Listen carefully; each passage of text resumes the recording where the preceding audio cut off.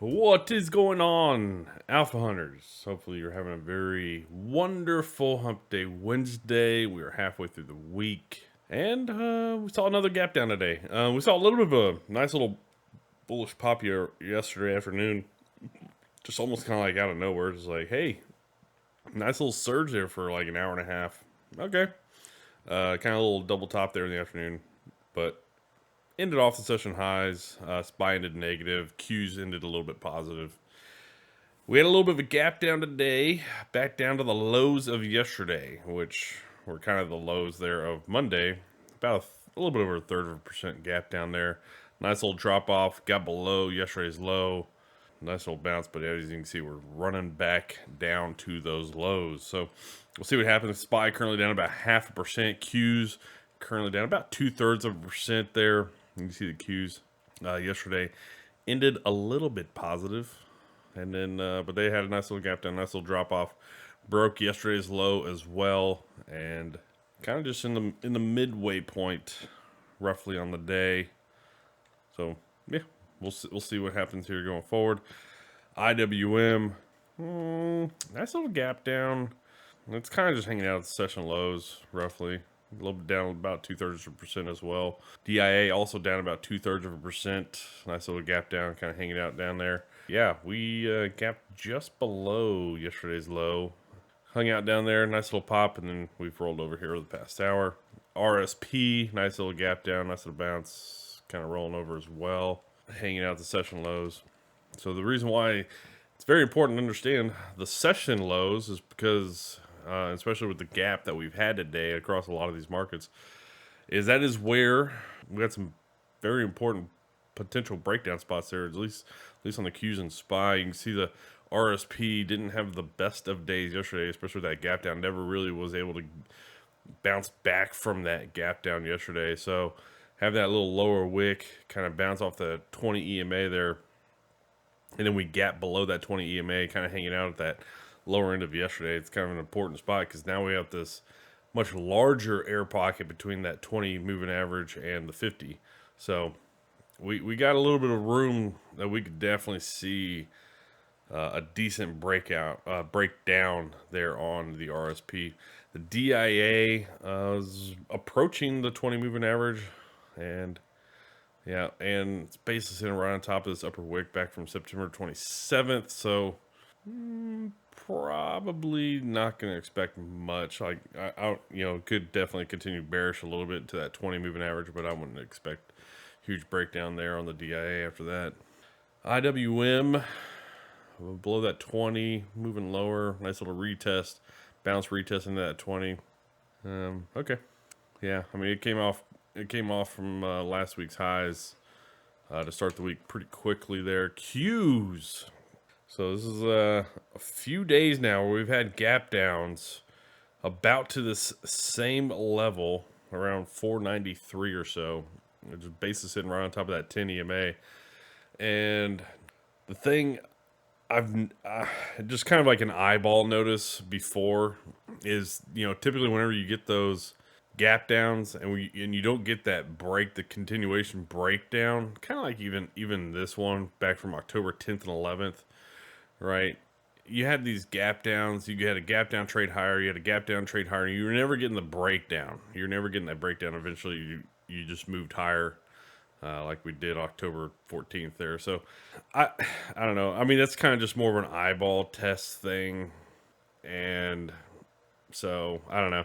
Like whenever you get those gap downs, if you're not moving lower, I don't almost expect us to move higher, but honestly, I'm also not surprised we're not really doing much as today. Well, we're gonna get probably the most important stock, tech stock this week. Gonna have earnings after the bell, which is gonna be Tesla.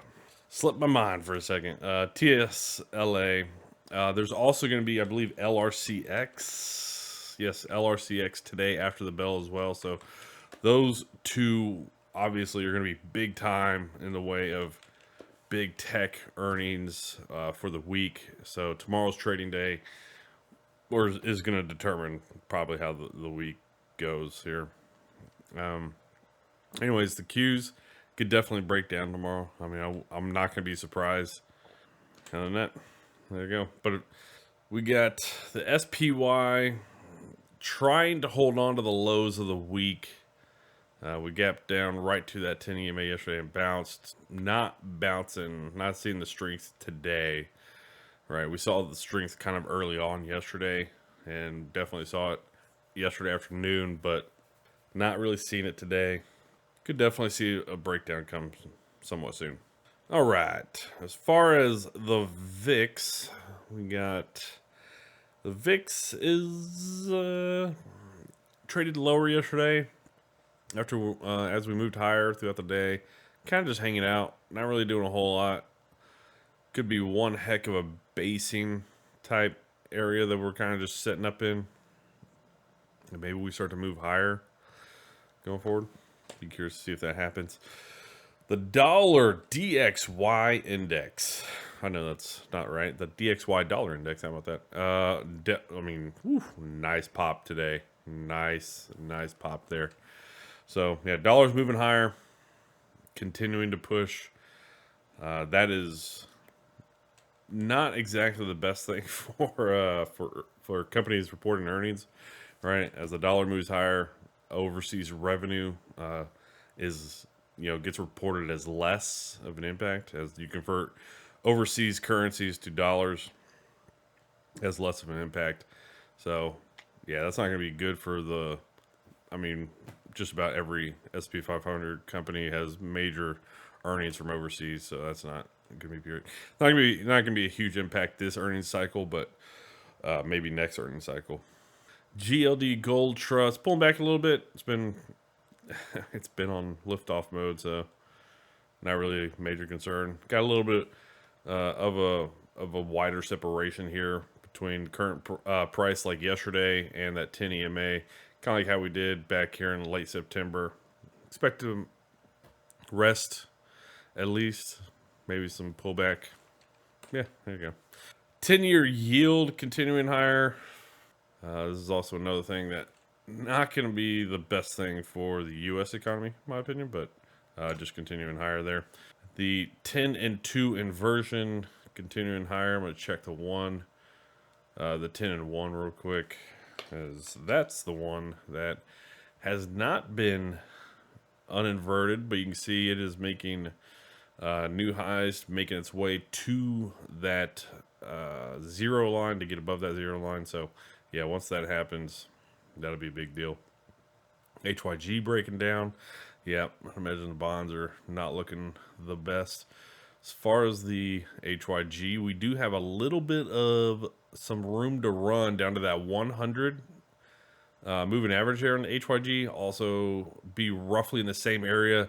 This little pivot level low that we had beginning of September, and also this little late July top. This little top out. So it'll all be roughly in that 78.6 area to 78.55 area. So somewhere in there probably makes sense. Probably see it continue to drop off into that until we get to that area. LQDs continue to lower, getting close to that 200 moving average, but basically just got right into this little top action. And it's also where we had some previous tops back over here from Q1. So, yeah, pretty good spot to probably just continue to be neutral for now. As well as the TLT has continued lower. Yeah, I'd imagine you're probably going to be looking at some of these bonds prices and saying, you know what? I think you're probably just going to be looking for some decent bounces into some somewhat decent support and resistance areas. I don't think you're going to want like a super snappy and quick retest. Nothing like this. I think you're going to want more of something like this, where you kind of come up multiple days, kind of interact at a price level that you're looking to possibly go bearish on, and look for something like that. That's what I think you're looking for. You're probably just looking for a retest higher before maybe you look to continue to play it bearish. Yeah, TLT bonds kind of getting brutalized right now with those yields continuing to move higher. And I think, yeah, I mean, yields are breaking through major kind of resistance levels, but they definitely should see some kind of pullback and support levels retest, which would be the inverse for the bond prices.